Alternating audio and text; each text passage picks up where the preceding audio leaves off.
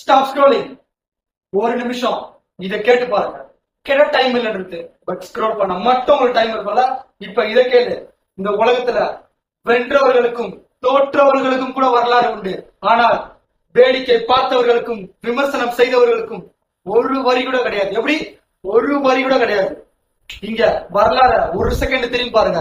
Doctor APJ Abdul Kalam, கல்வி கண் திறந்த காமராஜர், நேதாஜி சுபாஷ் சந்திர போஸ், புரட்சி கவிஞர் பாரதியார், படைவல்லல் கர்ணன், ப்ரூஸ்லி, இந்த மாதிரி 1000 பேரை சொல்லிட்டு இருக்கலாம். அதே வரிசையில இப்போ நம்ம பெண் குயின் உலகம் ஃபுல்லா பேசப்பட்டிருக்கு. பிகாஸ் அது அதோட பர்பஸ் ஆஃப் லைஃப் என்னன்றது தேடி போயிருக்கு.